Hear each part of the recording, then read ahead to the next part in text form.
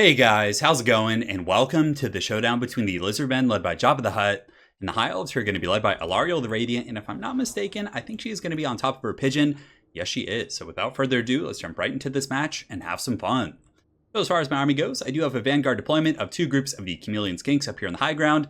And on this map, it's definitely a good idea to kind of vanguard up here, but it's a little bit risky because a lot of high elf players, at least from my experience, like to vanguard Illyrian Reavers and Reaver Archers, which are very good against chameleons. They can mow them down pretty quickly, and it's a little bit dangerous, but I wanted to get the high ground, see what my opponent was up to, and make sure there was no funny business. So we do have two groups of these skinks here. Definitely got a little bit lucky. There was no vanguard for my opponent, so they're going to be kind of trolling going forward, trying to poke these Sisters of Averlorn and maybe do some damage to Alariel, as they do have 40% missile resist.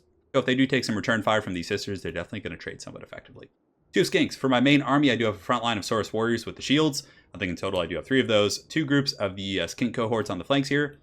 And they're basically there just to kind of poke, throw spears, and honestly, these guys are really solid. And I think they only cost like 100 more than the standard variant of these skink cohorts. And I mean, you're getting 3 volleys of spears, which do pretty decent damage and also apply poison. I definitely think it's worth bringing the spear variant. Up in the sky, we have the infamously annoying skink chief. So we have two of those guys. We're going to be trying to poke the pigeon lady, do some damage, maybe go after some of those elite units. But definitely nice to have the two cold bloods on those guys. We got Jabba the Hutt on his toilet seat. So he's got his Cheetos, he's got his Doritos, he's ready to party MLG style. And as far as his spells go, he does have the Apotheosis, Curse of the Midnight Wind, Harmonic Convergence, and Net of Amnitox. So we're going very wide on the spells, but I figured that I wanted to have a little bit of flexibility as to what I was going to use, so it didn't cost that much more. So we do have those. You got a Rev Crystal back here, ready to heal. You can see the skink somehow bouncing on that always just is so haggard looking. He literally, like, not even 1 foot is resting on the dinosaur. They're literally both, like, off the dinosaur, which is pretty hilarious. Same thing on the other side. That's so bad looking. Oh, man. We got two laser dinos here, so they're ready to go. Going to be blasting some high elves. Very good against the high elves, assuming they don't have a bolt thrower, so hopefully they'll do well. One group of Coldland Spear Riders. That is it for my opponent. He's got a vanguard over here of Silver Helms with shields. Also a pretty good choice against the skinks and harass units. In the forest, he does have more Silver Helms and a Noble with the anti-large armor piercing. Is the Heralds of the Wind, which are the Regiment of Renown of the Reaver Archers over here. They're just very fast. I think they have like a better stat line across the board. And then, although I think their missile damage is pretty close to the standard variant, but 105 speed, and they're pretty good. Granted, my laser dinos should be able to counteract them pretty effectively. For his front line, he's got Spearmen across the whole front line, it looks like, with the Signs of Methlon, which are a pretty good competitive pick here. Going to give that damage resist to all nearby troops. He does have Swordmasters of Hoeth, which, if they're able to get in there without taking a ton of damage, they can really chop down Saurus pretty effectively. So, and they look really cool. So definitely worth the style points there. One group of the Sisters to shoot dinosaurs, the Pyramid Company for their Guardian. And obviously they'll do a very good job at beating down Saurus as well. And he does also have the Pigeon Lady. So without further ado, guys, let's get this battle underway. Right now, I'm just going to be kind of prodding forward. I knew he only had one dedicated missile unit here, so I'd be a little bit safe to harass. So the Skink Chiefs are going to fly in and start poking Alariel here. And you can see my Chameleons are going to be blasting away at the Sisters of Averlorn, trying to get some value, but I do take a pretty big shot right there. That actually did quite a bit of damage, and the Pigeon Lady, not one to take these slights, is going to be charging out and trying to screen me out, which is fine. In the meantime, my Chameleons are just going to be annoying. They come down from the hill and are now out of their stock, so they're going to start shooting against the Sisters, and it looks like they're actually picking off models, which is awesome. So I did take them off fire at will there for a moment, but now I believe it's on. So I just wanted to guarantee I got the volume of fire here on these Sisters. Sisters are going to be strafing and shooting at the skinks. You can see that Alariel is going to be chasing, but it's very tough to chase chameleon skinks. They're going to be poisoning you, dragging you down, and as he chases me with those guys, my skirmishers up here, the Skink Chiefs, are going to be shooting at her. So we get some pretty good damage on the Pigeon Lady and also on top of the Sisters of Averlorn, which is pretty cool. Over here, the Heralds of the Wind are ready to party, but the laser dinos have turned about face and are going to focus, and here comes the shots, just blasting those guys off their horsebacks there. They're definitely getting some really good value out of those laser dinos. Definitely quite happy with their performance, and the Heralds of the Wind probably aren't going to last much longer. Jabba the Hutt waddles forward slowly on his toilet seat. Very, very unassuming. He can kind of sneak up on you like that. So he gets in there, he drops a Net of Amnitox, and that's pretty much going to seal the doom of this group. They're not going to get away very easily. But on the far side, I actually wasn't paying attention. My opponent gets in with a really good Silver Helm charge and is able to lance a couple of my skinks down. They couched their lances and did some pretty good work here. So it's going to pull back. I don't think he's going to take much damage, but man, they actually did a ton of work. I was really surprised at how quickly they massacred those guys. So I turned these Saurus Warriors around. If I'm not mistaken, I do end up turning my Bastillodons around with the Solar Engines to blast those guys. But regardless, I would say we're a little bit ahead. We got, good value off those Heralds. We did some really good damage to the Pigeon Lady. She took some focus fire from my laser dinos as well as my Chameleon Skinks. So far, so good. And I assume my opponent's probably going to advance. A lot of people try and play this game with the lizards, but playing Wars of Attrition against the dinosaurs is not a great idea, because you have Cold Bloods, Apotheosis. I mean, you have so many ways of healing that you can really outlast your opponents. I mean, even though Alarielle is a healing specialist, it's still very difficult. So she's going to be advancing with her main force, finally having enough of these lizard shenanigans.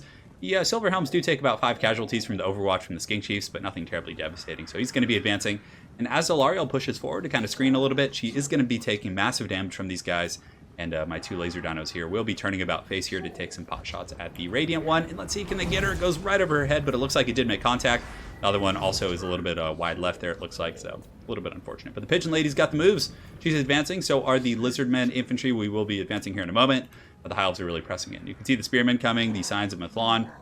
So basically, I just want to buy as much time as I can. So the Skinks are going to push forward, just be as annoying as possible, shoot some darts back there into the Sisters of Averlorn.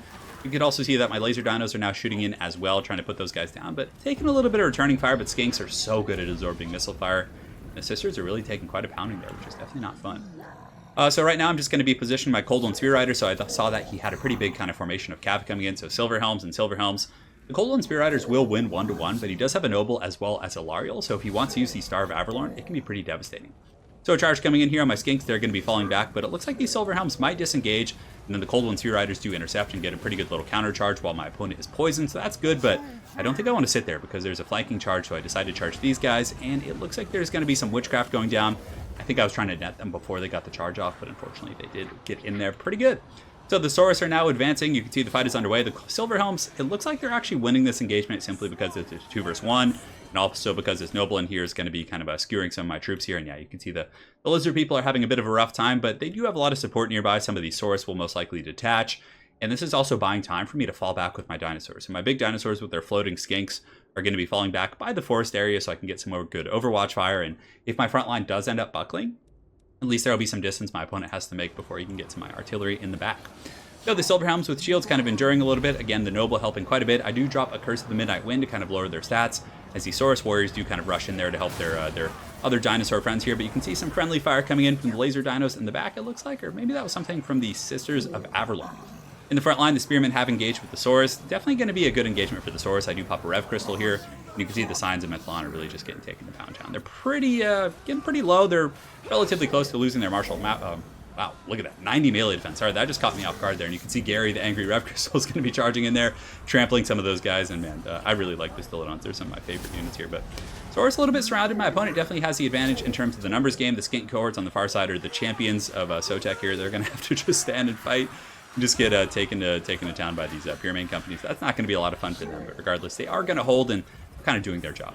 In the main pocket, my opponent does use the Star of Averlorn on these spears. I probably would have liked to have seen it used on the Silver Helms and units like that, but again, they're already so beat up, I guess, but you could kind of blob them up and then get a really good star. But at this point, I did lose the cav engagement. You can see my Cold One Spear Riders on the far side down to 7 models. They took a really heavy beating.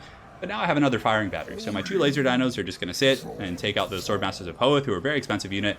And it looks like a Ruination of Cities is going to be going down. So hopefully it can pop on these guys. And that was a pretty good one. Yeah, it did go down kind of the formation of spears here. You can see some of the Swordmasters are going to be sent flying.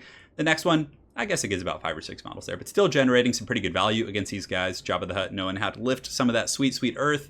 And yeah, they're also a little bit primed up for a banishment as well. You can see there's a bit of a blob here. So there's going to be a banishment right on the Spearman blob. It's going to be absolutely devastating. And here it comes. The Foz protection not going to help too much as they just get mulched, going from like 75% down to like 25%. Very, very good stuff there. And that actually breaks the Swordmasters and pretty much, yeah, they actually get terrified by our lovely Rev Crystal here. But man, some really good value from Jabba the Hutt magic there. So the bounce power is now a little bit my favor after that banishment. Alarielle does come back in, but I was basically waiting for her the whole time. I was like, as soon as she comes in, I'm going to drop a net of Amatoff and just give her the business. And the 2 laser dinos here are just foaming at the mouth to get their next shots off. Come on, boys, take her down. So they get that shot just square in the face. Alarielle down to 42 HP, and she's certainly not long for this earth. And let's see who gets the killing blow. Oh man, right in the dome with the steel chair from the Bastillodon. So she goes down. Very anticlimactic ending for her. And she actually just kind of disappears into the ether there, which is pretty interesting. I've never actually seen that. Jabba the Hutt is going to be fighting the Noble, the heroic High Elf here, trying to take down the Hutt. He's pretty tanky, I guess. I mean, he does have a relatively high HP pool, but he is getting worked down a little bit, so I'm going to need to kite back. I do have my 2 Skink Chiefs just sitting in Overwatch, basically just poking down the Noble, and if Alariel was still alive and was, used a little bit more cautiously, maybe hiding over in the forest and popping out to use heals, he could have healed the noble through this damage very easily. But, considering she's gone, all this damage is going to stick now.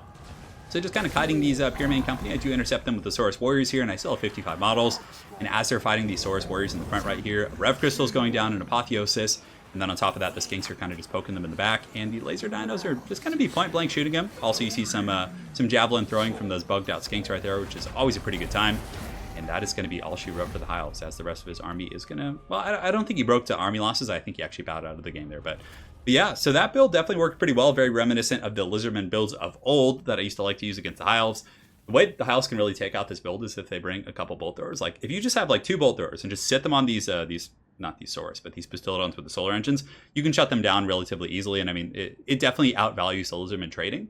But yeah, let's go ahead and take a look. Yeah, the Saurus did pretty good. The Skinks obviously took a beating for Sotek. You can see here the Chameleon Skinks, yeah, they do their job. They got a lot of HP damage on Alariel, and were also able to harass the sisters and draw in my opponent to combat.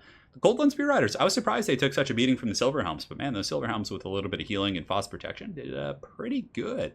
For my opponent's army, the Pigeon Lady is always a pretty fine choice. I would probably go with a second Noble. Having 2 Nobles is just so game-changing. I mean, they can really... I mean, you saw how much damage one did to Mazda Mundi. If he had a second one and was able to go after my Rev Crystals and, my Bastillodons with the Solar Engines, it could have been rough. But, yeah, Spearman Frontline, I honestly, for once, I'm going to recommend... I don't think the Pure Main Company is worth it, because, I mean, the Guardian isn't going to be really helpful for Alariel anyways. So I'd probably cut the Pure Main Company and the Swordmasters. I would cut one more group of spears and just get 3 white lines, 3 or 4 white lines, because they do really well against the Saurus, actually. On top of that, Silver Helms, I guess you could go with them. They're probably fine. 2 Silver Helms. I would probably get a couple groups of regular Reavers, because they're incredibly powerful at just chasing down Skinks and harass units. And Reavers can clean up Chameleons and my Skink cohorts, and also are relatively good at cycle charging Saurus. So I think that would have been pretty good. So anyways, very well played to my opponent Aura. Look forward to running into you again on ladder, and hopefully you guys enjoyed this Jabba game. Have an excellent night, guys, and take care.